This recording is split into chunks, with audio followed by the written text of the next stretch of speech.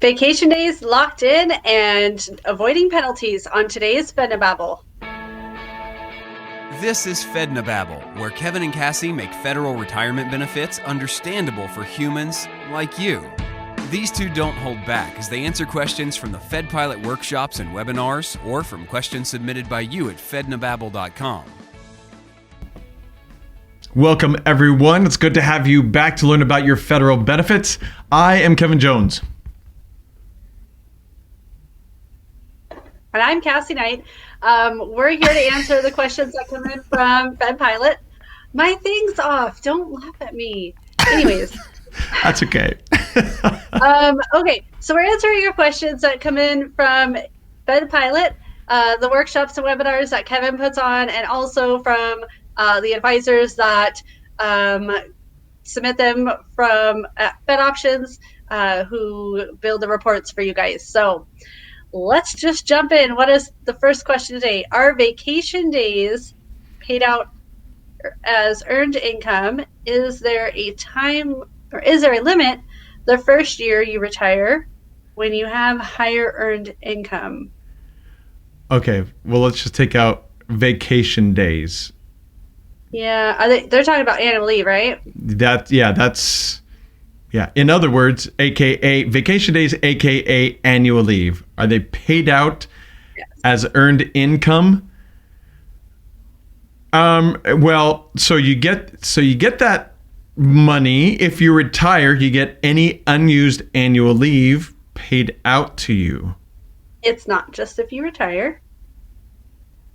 What else if you separate from service, your annual leave is paid to you. Oh, that's true. That's true. Yes, that is true. So, as earned income, they mean like for Social Security or tax purposes? It's probably against the earnings test, where maybe they're thinking that it's, does that count against the earnings test? So let's say that a federal employee retires at 56 at the end of the year.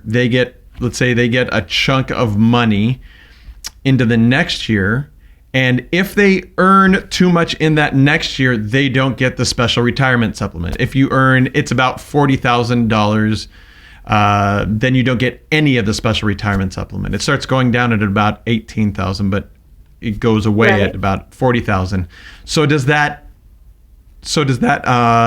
annual leave that gets cashed out to them, does that count as earned income to count against the special retirement supplement? That's what I think that they're asking. Yes. Because it is income. It's income that you've earned from working, whether it's that's the bottom line. Yes, it counts as earned income because you earn it throughout your career, even though you're not paid, for it. But so let me back up a little bit. As an employee, if you take an annual leave day, then you're paid for that day as income. Right. So it's not like where your pension is just automatically given to you because you paid into the system and now they're essentially returning those funds to you with interest, what have you, right? Or a TSP where you're taking that money, but you're not earning it. But annual leave you have earned, and even though you're getting paid out for it, it's based on your salary or your hourly salary that you earn, and so it is considered earned income. It's not, because it's fully taxable, essentially. Yep. And right? I think one thing you may want to, or people want to think about, is that the term earned income gets thrown around a lot, and we just think of it as a title. But if you think about it as a functional phrase, earned income, yes, you earned that income, and so it actually does count against because you earned it. Whether or not it's paid out as normal, you still earned it. Right, and it's not something like you saved up for, right? Right. Like I guess that's a very good distinction, because you've saved your TSP, you've saved your contributions to FERS throughout your career, and your annual salary is something that, or I'm not your annual salary, but your annual leave is something that you have not paid into already. You've earned those hours, and they will pay you for it once you've separated. That's why it's considered earned income, because you accumulate the hours and then it's paid to you. It's not where you've paid into this program and then they give you that money. I guess there's a better way to say that. That's another great consideration, though, because if someone's going to retire and they want to still work but still get the SRS, then, I'm just throwing this out. I'm not saying that someone should do this, but maybe they should retire at the end of November, get the annual leave. That doesn't count against them for the next year of earned income. Again, that's a calculation that would have to be done. Whether that works or not, I don't know, but it could throw off what day you're planning on retiring, or at least change it, I might say. Lots of things to think about. Especially if you're a higher earner, right? Is there a limit for the first year when you retire, when you have higher earned income? I'll tell you what, it's based on your hourly salary. And I'm doing calculations to employees, or for employees, to our advisors, and sometimes the payout is well over $15,000.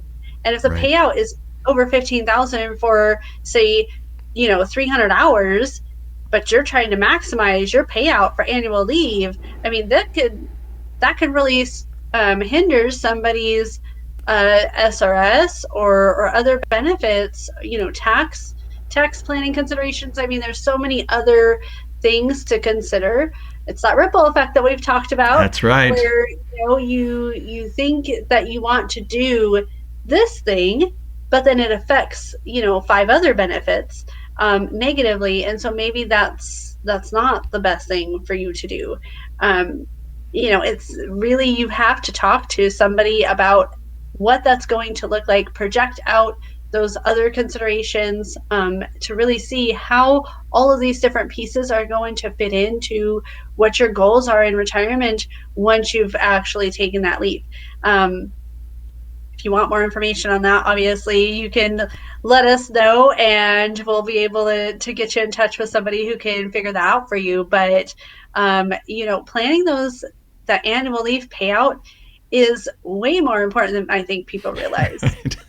You're right. It's just not, I'm going to get paid out. Well, maybe not like you think.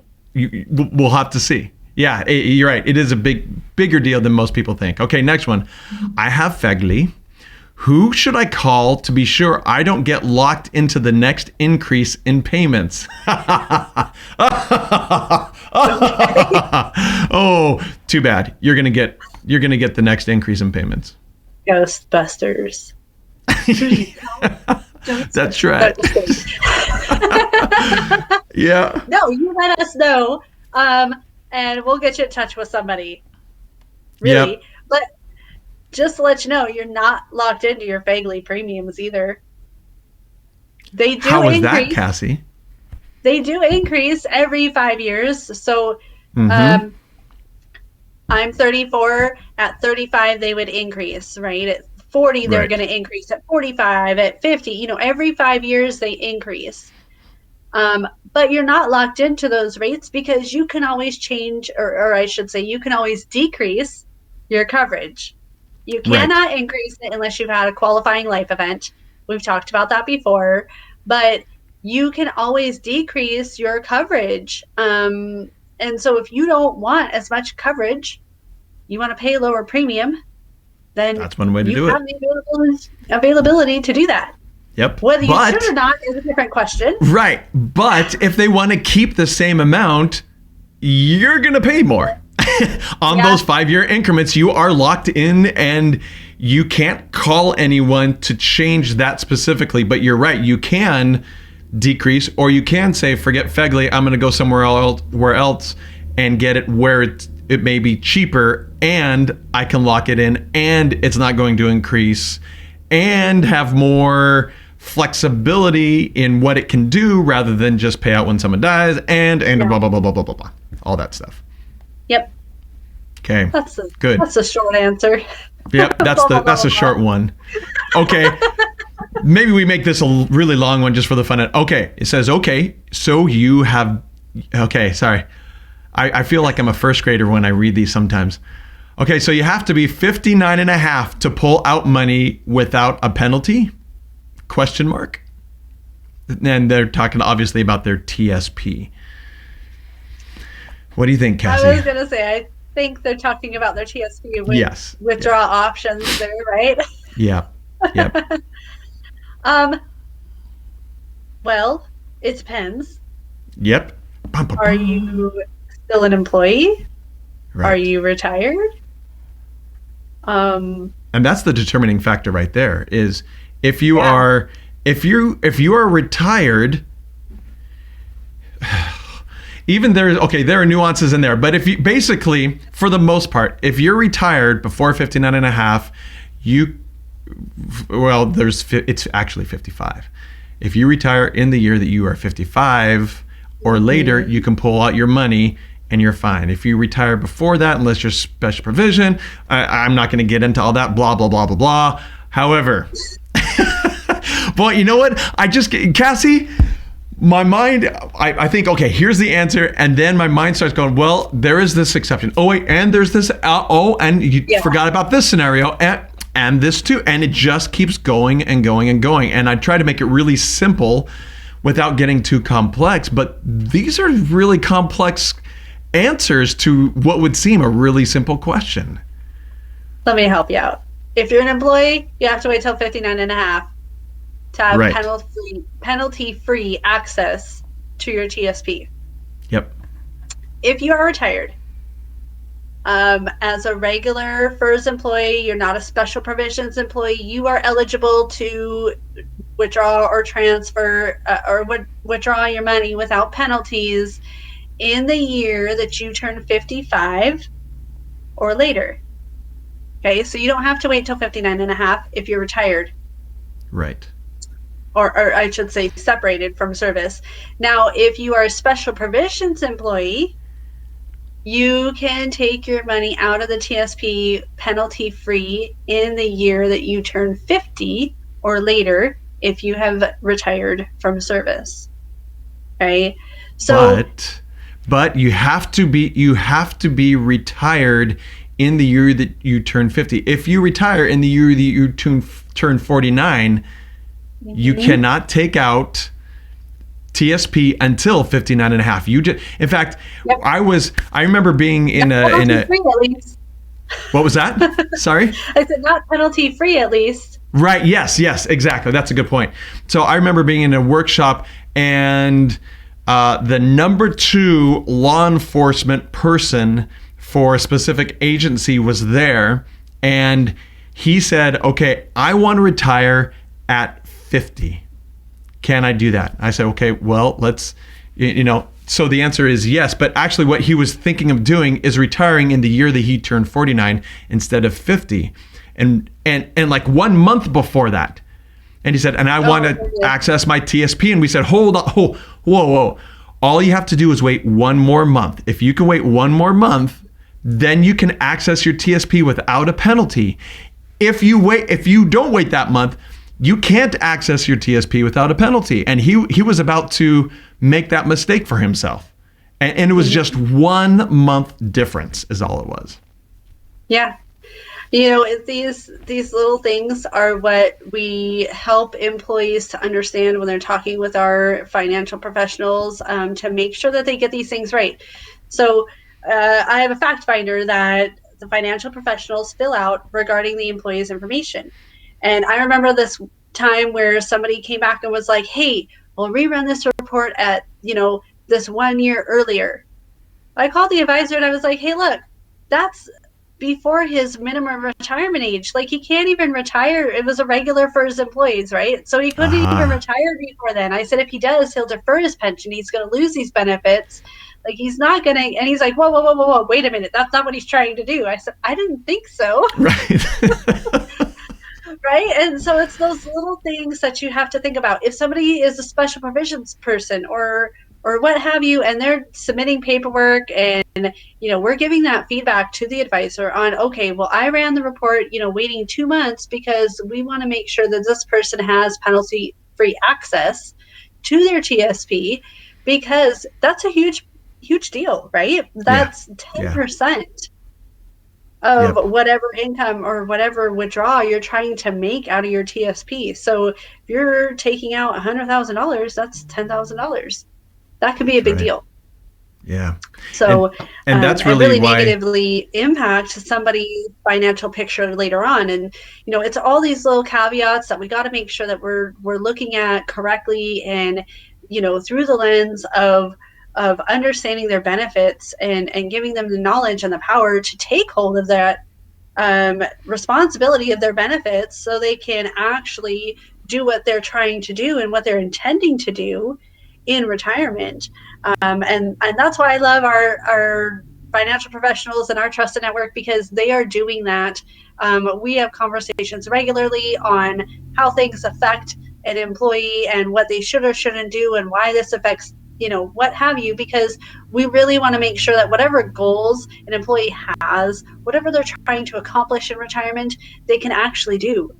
And you have to know where you're starting from. You have to know your benefits and what they are, and see, be open to exploring other situations too, because there are so many other things that can be done with your benefits, not only with the government, but on outside products as well, that really are beneficial to people. And I love our advisors. They help you get to that goal and are able to make that happen for you. So, go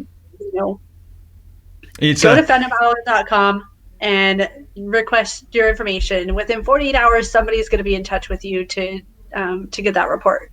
And it's amazing how we cannot make these decisions in isolation. We can't just say, okay, I'm going to do this with my TSP. No, well, that affects your Social Security. That also affects your not special retirement supplement, but actually it can. I mean, it can affect all these different things. It affects what your spouse does. It affects so many things. We cannot just make one decision in isolation and think, okay, that's what I need to do for that. Again, that's why it's so important. Your report shows that ripple effect or can show that ripple effect. Okay, well, if you choose to do that, this is kind of what happens. So again, it's important. So again, go to fednababble.com and you can get that report from Cassie. And as always, if you would, please like, share, subscribe. Let your colleagues know that FedNababble exists so that they can get their questions answered and act on what they're learned. Hey, Cassie, any last words of wisdom here? Take action, please, and take action for the right direction, right? Because if you decide not to go to fednababble.com and not get your report, that is an action. Maybe a negative one. It is. Take positive action for your benefits and for your financial plan and what your goals are in retirement. And just make sure that you're reaching out to somebody, even if you're not getting our report, make sure that you're finding somebody who understands federal benefits, who's going to give you a report on that, because that's huge. That's I can't even express how beneficial it is to know where you're starting from, so that way you can make that path to where you're going in the future. So it will huge. Open your eyes. Absolutely. All right. Thanks for joining us, everyone. Take care. To get Cassie's comprehensive report on your federal retirement benefits at no cost, no obligation, and no sales pitch, go to fednababble.com. While you're there, submit a question for them to answer on the show.